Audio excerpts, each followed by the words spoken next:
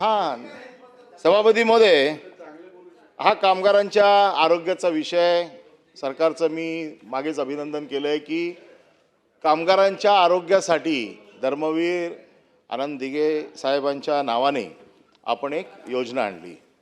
योजनेचा उद्दिष्ट फार चांगला आहे आणि आमचा काय तुमच्यावरती आरोप नाही आहे, कारण तुमच्यावरती करायचे तर आरोप तेवढेच मोठे करावे लागतील। हा विषय फक्त 5 कोटीचा आहे, त्याच्यामुळे तुमच्या कुठल्याही स्तरात तो बसत नाही। त्याच्यामुळे आमचा विषय मुळात असा आहे की ही योजना आणली, त्याची सक्तीचा विषय सध्या गाजतोय। जरी आपण कागदावरती सक्ती नाही दाखवली तरी कर्मचाऱ्यांना ही सक्ती आहे की गुरुकृपामधनच करून घ्या, आणि त्याच्यामध्ये किती जणांची तपासणी झाली, किती बिलं निघाली याचा तपशील सगळा कामगारांकडे आहे। आणि त्यामुळे आमची आपल्याकडे एवढीच मागणी आहे की चुकीचं होऊ नये त्याच्यामध्ये। ह्या पंडित नावाच्या माणसासाठी याची क्रेडिबिलिटी काय मेडिकल सेक्टरमध्ये फक्त ठाण्यापुरताच मर्यादित आहेत। यांच्या किती ब्रांचेस आहेत अख्ख्या महाराष्ट्रामध्ये? मग अख्ख्या महाराष्ट्रासाठी या एका माणसाचं नाव सजेस्ट करायचं आणि ही सक्ती केली पाहिजे की बाहेरच्या लोकांनी देखील इकडे येऊन सर्टिफिकेट घ्यायचं। याला आमचा विरोध आहे।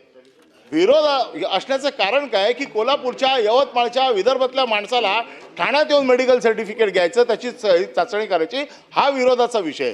आणि याच्यामध्ये आपण फक्त एवढीच करा चौकशी की किती कामगारांची तपासणी झाली आणि बिलं किती निघाली याची चौकशी करून ही योजना तर आता बंदच झाली, पैसे म्हणजे सरकारी दुसरी योजना आणल्यामुळे या योजनेकडे आता विषय राहिलेला नाही आहे, चालू आहे। मग चालू असेल तर आपण एवढी घोषणा करा की अख्ख्या महाराष्ट्रात त्यांना जे त्याचे तुम्ही काहीतरी निकष लावा ना, की ज्या मेडिकलमधून किंवा ज्या आरोग्य संस्थेकडनं ही तपासणी केली जाईल त्याची क्रेडिबिलिटी तुम्ही लावा ना। तुम्हाला जी भीती आहे की बोगस होईल काय होईल, तर सरकारने क्रेडिबिलिटी लावाय की ह्या संस्थेकडनं ज्यांच्याकडे ही मानकं आहेत या संस्थेला आम्ही अधिकार देतो, तुम्ही कुठूनही करा, एवढंच आमचं म्हणणं आहे। फक्त गुरुकृपावरच ही मेहरबानी का, आणि ती मेहरबानी आपण केली नाही हे देखील आम्हाला माहिती आहे। पण आपण जरा थोडंसं सगळ्या महाराष्ट्रामध्ये सगळा, कारण यांचं आरोग्य का खराब होते, कारण एसटी एवढी हलते की कदाचित तो ड्रायव्हर बाहेर फेकला जाईल का। आमच्या वेळेला ते सदावर्तेनं विचारा।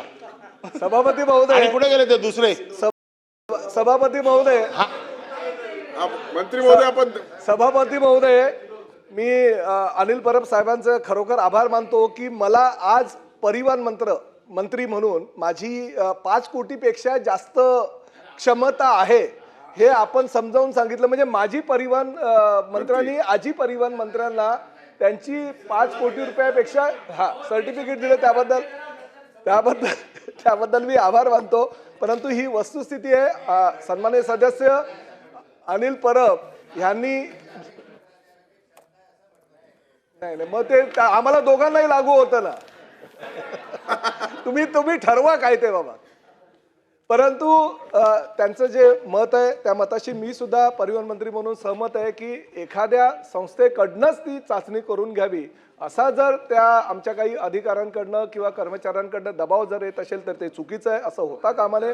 ही संस्था भले ठाण्याची असू द्या, मुंबईची असू द्या किंवा इतर कुठलीही असू द्या, अशी कुठल्याही संस्थेकडनं, कारण स्पष्टपणे आम्ही जो GR काढलेला आहे ते GR मध्ये नमूद केलेलं आहे की चांगल्या संस्थांकडनंच ती चाचणी करून घ्यावे, जेणेकरून त्या चाचणीचा जो निष्कर्ष होईल तो योग्य प्रकारे कर्मचाऱ्यांना मिळेल आणि त्या योजनेच्या माध्यमातून पुढील उपाययोजना त्यांना औषधोपचार करता येईल। त्यामुळे जर अशा प्रकारचा दबाव कोणी करत असेल तर त्याची चौकशी करण्यात येईल, आणि असं जर कुणालाही एकाधिकारशाही म्हणून जर एकाच संस्थेला देण्याचा निर्णय जर घेत असेल तर त्या प्रकरणाची चौकशी करून दोषींवर कडक कारवाई करण्यात येईल। परब साहेब